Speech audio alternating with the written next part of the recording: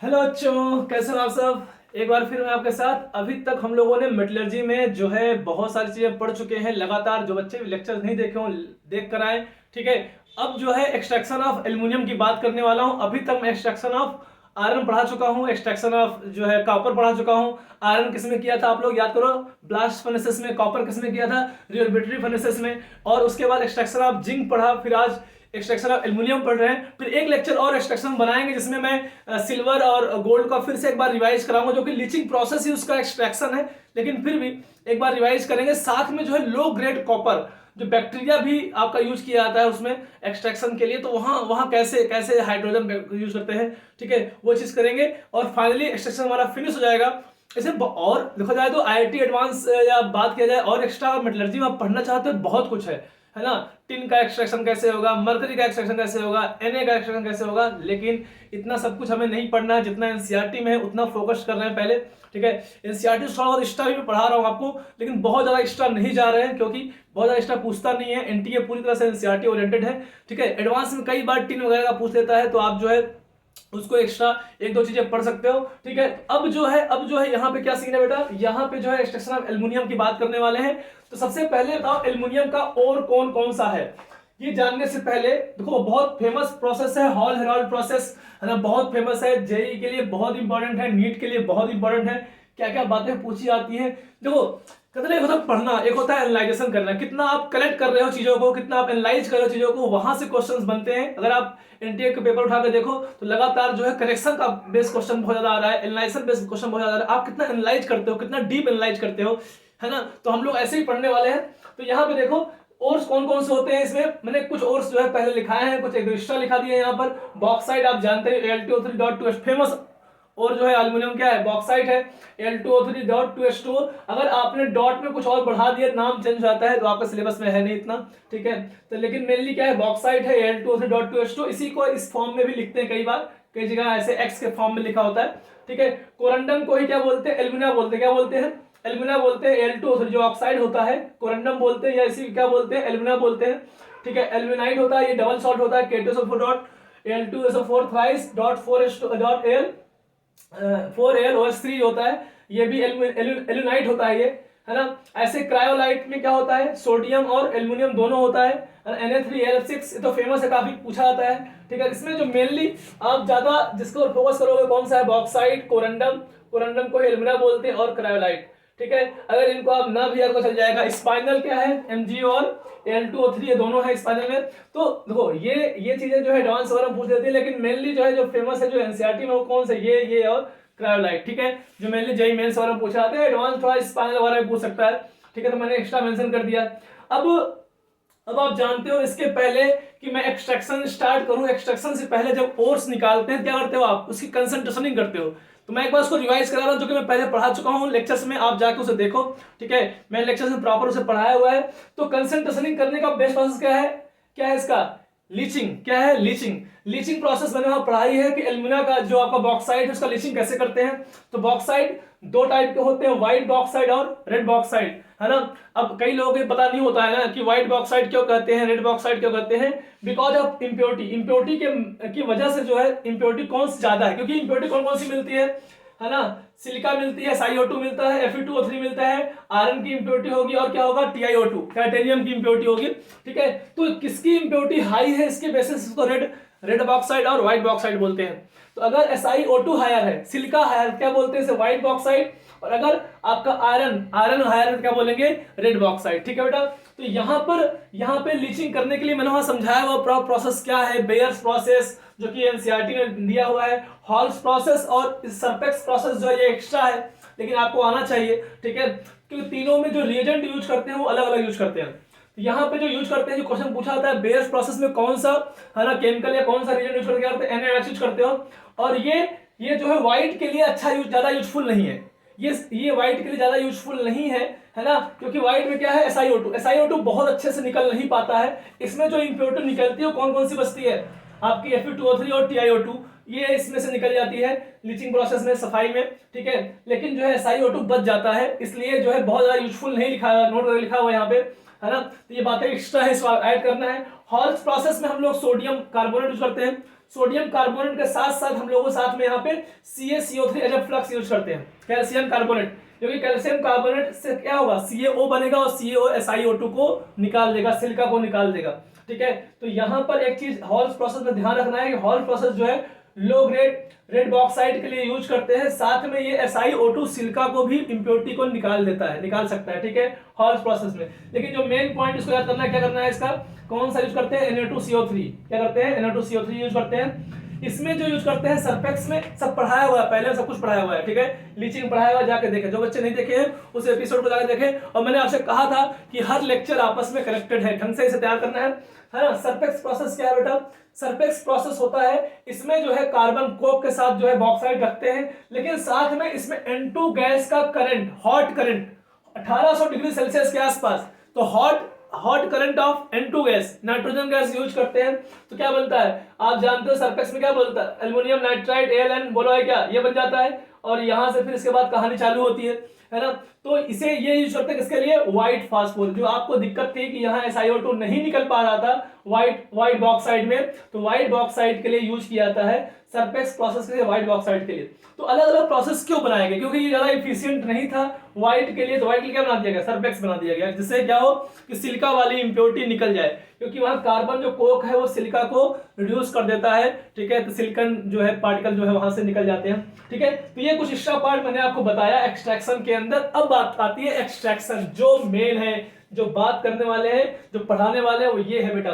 देखो यहां पे क्या है, यहां पे एक हम लोग क्या करने वाले, इलेक्ट्रोलाइटिक रिडक्शन करने वाले हैं। और जिसमें भी इलेक्ट्रोलाइटिक रिडक्शन होता है, किसमें, एक्सट्रैक्शन में, जो इसमें आप इलेक्ट्रोलाइट का यूज करते हो, ऐसी मेटलर्जी क्या बोलते हो, हाइड्रोमेटलर्जी, क्या बोलते हो, हाइड्रोमेटलर्जी। मैंने आपसे कहा था है ना, ये इलेक्ट्रोमेटलर्जी भी हो सकती है क्योंकि इसमें इलेक्ट्रिसिटी यूज कर रहे हो, तो हाइड्रोमेटलर्जी, पायरोमेटलर्जी, और क्या था, इलेक्ट्रोमेटलर्जी, जिसमें इलेक्ट्रिसिटी और क्या करते हैं, इलेक्ट्रोलाइट यूज करते हैं। क्या होता है उसे क्या बोलते हैं, हाइड्रोमेटलर्जी हो गया, इलेक्ट्रोमेटलर्जी हो गया। पायरो मतलब क्या था, जिसमें हीट यूज करते हैं, जो आपको ब्लास्ट फर्नेसेस था, याद है आपको, है ना। तो यहाँ पर जो है, जो हम लोग इलेक्ट्रोलाइट यूज करते हैं, जो भी इलेक्ट्रोलाइट हम लोग बेटा यूज करते हैं, वो क्या है, यहाँ पर क्रायोलाइट और CaF2।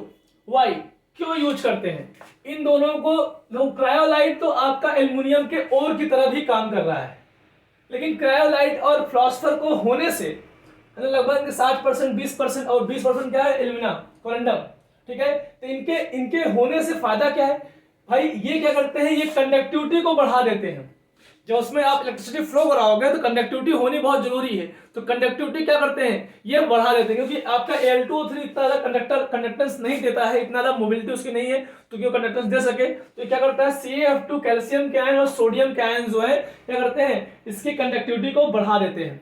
ठीक है, तो यहाँ पे हम क्या यूज करने वाले हैं, कई बार जेईई में से पूछा जा चुका है कि हम लोग ये क्यों मिलाते हैं, या किसको मिलाते हैं। एक हो गया वाई क्यों मिलाते हैं, कि कंडक्टिविटी को बढ़ा देता है मोल्टेन स्टेट की, और वाई किसको मिलाते हैं आप, क्रायोलाइट को मिलाते हो या फ्लॉस्फर को मिलाते हो। ठीक है ना, ये दोनों नाम याद रखने हैं। ठीक है बेटा, फेमस है काफी ज्यादा। इसके बाद क्या है, अब आते हैं कि कैसे प्रोसेस होता है, क्या है फिगर में। तो यहाँ पे एक आयरन का टैंक है, ये आपको आयरन का टैंक मेंशन्ड है, आयरन का टैंक है। फिर उसके ऊपर जो है एक कार्बन की लेयर है, तो कार्बन की लेयर जो कि एज अ कैथोड तरह काम कर रहा है, कार्बन की लेयर जो कि एज अ कैथोड तरह काम कर रहा है। ठीक है, तो एक कार्बन की लेयर इसके ऊपर लगा दिया, और यहाँ पे माइनस चार्ज, जो हमारा इलेक्ट्रिसिटी है उसका माइनस वाला, बैटरी का माइनस वाला जो पॉइंट है वहां जाके ऐड कर दिया। ठीक है, अब आता है कि एनोड कौन है, तो एनोड में देखो ये कैप लगा हुआ है, दिस इज कैप, और इस कैप के साथ जो है 4 रॉड लगी हुई है। ये रॉड क्या है, ये रॉड आपकी ग्रेफाइट रॉड है, ये भी कार्बन ही है, और ये एज एनोड है, इसको प्लस से जोड़ दिया, तो प्लस से जोड़ दिया क्या हो गया, एनोड, माइनस थोड़ी क्या हो गया आपका कैथोड। ठीक है, अब होता क्या है, अब इसके अंदर जो इलेक्ट्रोलाइट भरा हुआ है, अब इसमें ध्यान समझना, अब यहाँ पे क्या हो रहा है कि अब यहाँ पे रिडक्शन होने वाला है। कैथोड पे क्या होता है, कैथोड पे होता है रिडक्शन, एनोड पे क्या होता है, ऑक्सीडेशन हमेशा। ठीक है, चाहे वो गैल्वेनिक सेल हो, चाहे वो इलेक्ट्रोलाइटिक सेल हो, चाहे जो भी प्रोसेस आप देख रहे हो, एनोड पे क्या होता है हमेशा ऑक्सीडेशन, कैथोड पे क्या होता है हमेशा रिडक्शन। तो यहाँ देखो क्या होगा, कैथोड पे क्या होने वाला है, रिडक्शन। एल्युमिनियम का यहाँ पे 3 इलेक्ट्रॉन ले लिया, +3 से कहां चला गया, 0 पर, और ये क्या हो गया आपका मोल्टेन एल्युमिनियम, यहाँ पे डेंसिटी हाई हो जाएगी, नीचे आके बैठ जाएगा, और जो है यहां से हम इसे बाहर निकाल लेंगे। यहां से एल्युमिनियम को हम लोग बाहर निकाल लेंगे।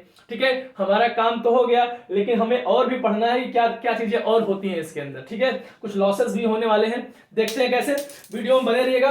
अब यहाँ पे देखो आप, अच्छा यहाँ पे एक बात लिखा नोट, बोलोगे सर रिडक्शन तो एल्युमिनियम का हो रहा है, सोडियम का भी हो सकता है, Na यहाँ पे Na+ है, यहाँ Ca2+ है, इसका भी हो सकता है। नहीं, आप जानते होंगे जो इलेक्ट्रोपॉजिटिव ज्यादा होते हैं उनका रिडक्शन नहीं, उनका ऑक्सीडेशन होता है। ठीक है, तो इनका रिडक्शन जो है यहाँ प्रेफरेंस नहीं आएगा, किसका आएगा, एल्युमिनियम का आएगा। क्यों, एल्युमिनियम लेस इलेक्ट्रोपॉजिटिव है और सोडियम और कैल्शियम ज्यादा इलेक्ट्रोपॉजिटिव है, तो इनका रिडक्शन है ना क्या होगा, नहीं होगा। अगर कंपैरिजन किया जाए तीनों में कौन है लेस इलेक्ट्रोपॉजिटिव, कौन है, एल्युमिनियम है, इसलिए क्या होगा, एल्युमिनियम का रिडक्शन होगा और सोडियम और कैल्शियम का नहीं होगा। बात समझ में आई क्या।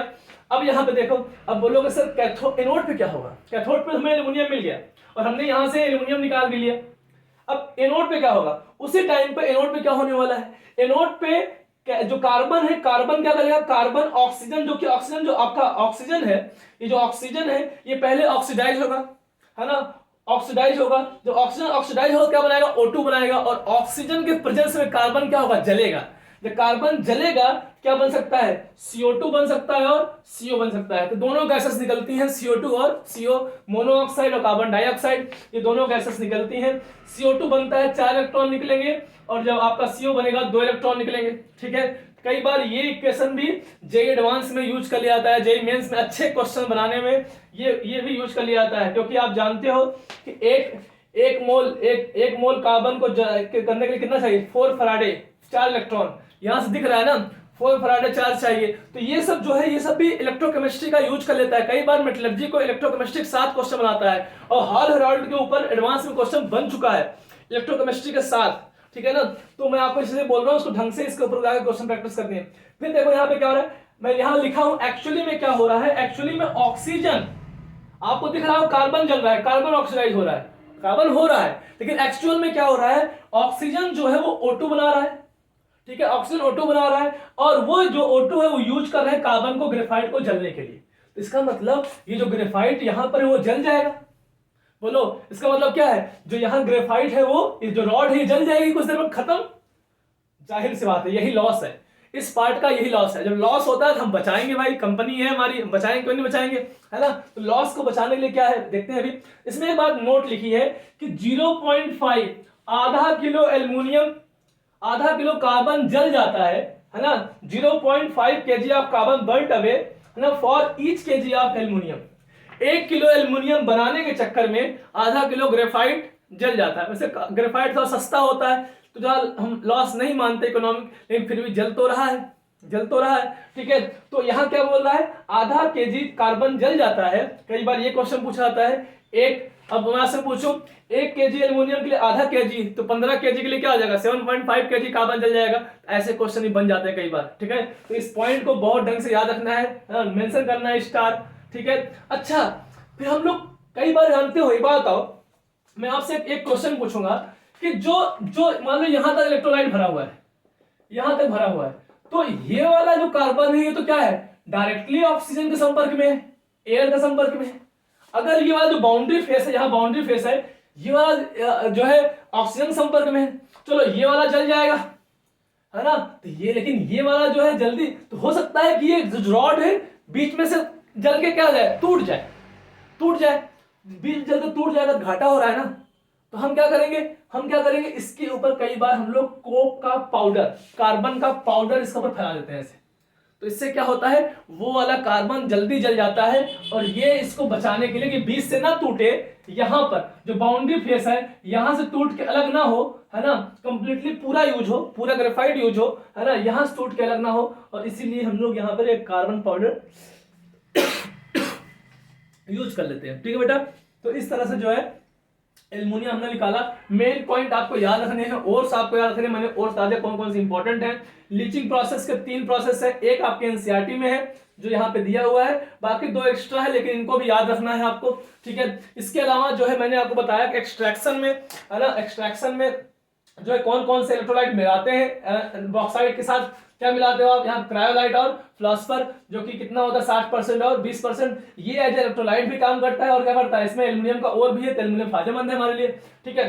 क्यों करते हैं, बिकॉज आप क्या करता है, कंडक्टिविटी को, ये पॉइंट में नोट करना है, कंडक्टिविटी को बढ़ा देता है, कंडक्टिविटी को बढ़ा देता है, क्योंकि एल्यूमिनियम जो है लेस कंडक्टर होता है, तो कंडक्टिविटी को क्या करता है, बढ़ा देता है, ठीक है, मोल्टेन स्टेट में, जिससे क्या हो, इलेक्ट्रोलिसिस हो सके, है कि नहीं। तो इसके हिसाब से जो है पूरा कंप्लीटली हो जाएगा। ये पूरा पॉइंट आपको नोट करना है। कैथोड पे क्या मिलता है, एल्यूमिनियम, यहां से हम लोग बाहर निकाल लिया। एनोड क्या होता है, जलता है, कार्बन आपका जल जाता है, ग्रेफाइट आपका जल जाता है, और यही हमारा लॉस है कि 1 kg एल्यूमिनियम बनाने के लिए आधा किलो कार्बन जल जाता है। तो ये आप पूरे पॉइंट अच्छे से याद रखेंगे, बहुत इंपॉर्टेंट टॉपिक है, बहुत इंपॉर्टेंट है ना, अक्सर क्वेश्चन पूछा आता है बेटा, ढंग से इसे तैयार करें, है ना। मिलते हैं नेक्स्ट पार्ट में लो ग्रेड कॉपर के लिए, और साथ में एजी और एयू गोल्ड और सिल्वर को एक बार फिर से हल्का सा रिवाइज करेंगे, और फिर हमारा एक्सट्रैक्शन वाला पार्ट खत्म हो जाएगा, और फिर हम आ जाएंगे एक्सट्रैक्शन के बाद क्या हो जाएगा, रिफाइनिंग। रिफाइनिंग क्योंकि अभी इम्प्योर है, उसको और प्योर बनाएंगे, रिफाइनिंग करेंगे, बहुत सारे प्रोसेस है उसमें, है ना, डिस्टिलेशन है उसमें, जो है रोलिंग मेथड है उसमें, जो है वेपर फेज मेथड है, बहुत सारे मेथड है उसमें, ट्रिक्स सिखाएंगे, कैसे ट्रिक्स से याद करते हैं सारे प्रोसेस को, है ना, बहुत शॉर्ट फॉर्म में ट्रिक्स सिखाएंगे। लगे रहिए बेटा, आप लोग हार मत मानिएगा, है ना, और खूब मेहनत करना है, अच्छा नंबर लेके आना है। मानता हूं कि हो सकता है इस पेपर में आपका जो जनवरी वाला पेपर था उसमें खराब हुआ है, कुछ गलतियां हुई हैं, उस गलतियों को, है ना, उसको और सुधारो और इंप्रूव करो, और प्रैक्टिस करो, टाइमिंग की प्रैक्टिस करो, अच्छे से मेहनत करो, है ना। अप्रैल वाले अटेम्प्ट में बहुत अच्छा नंबर आएगा। और जो नीट वाले बच्चे हैं अभी से लग जाए, उन्हें बहुत प्रैक्टिस करनी है, जितना प्रैक्टिस अपने आप को जो है पेपर के स्ट्रक्चर में डालो, है ना। टाइमिंग अपने दिन के टाइम पे प्रैक्टिस ज्यादा करो, क्योंकि दिन के टाइम पे पेपर होता है, नींद ना आए, खाना खाने के बाद सेकंड शिफ्ट वाली प्रैक्टिस, फर्स्ट शिफ्ट वाले फर्स्ट की प्रैक्टिस, दोनों साइड प्रैक्टिस होनी चाहिए आपके। 9 से 12, उधर 2 से 5, 3 से 6, या जो भी टाइमिंग आप जानते होगे, आपने पेपर दिया तो वो टाइमिंग को प्रैक्टिस करनी है आपकी। उस टाइमिंग पे आपको क्या कहते हैं, एक्टिव रहना है, अपने आप को एक्टिव रखना है। देखो पेपर की तैयारी सिर्फ इससे नहीं होती, सिर्फ जो है पढ़ने से नहीं होती, पेपर की तैयारी इससे भी होती है कि आप कैसे बैठते हो, आपको टेबल चेयर में बैठना है, आपको प्रॉपर स्ट्रक्चर, क्योंकि 3 घंटे आपको माइंड को फ्रेश रखना है, इन सब की प्रैक्टिस भी करनी है। पता लगा आपको खाना खाने के बाद नींद आती है, लंच के बाद रोज डेली आपको सोने की आदत है, और आपका सेकंड शिफ्ट में पेपर पड़ गया, फिर क्या करोगे, फिर वहां तो नींद आएगी, है ना, आपका एक्टिवनेस कम हो जाएगा। तो हमें दोनों शिफ्ट की प्रैक्टिस करनी है, ठीक है बेटा। तो जिस टाइम पे पेपर होता है उसी टाइम को जो है अपना वो बनाकर दोनों टाइम को अच्छे से 3-3 घंटे की प्रैक्टिस करनी है, खूब मेहनत करना है, नंबर अच्छा लेके आना है, ठीक है ना। आप लगे रहिए, मिलते हैं फिर नेक्स्ट पार्ट में। जय हिंद।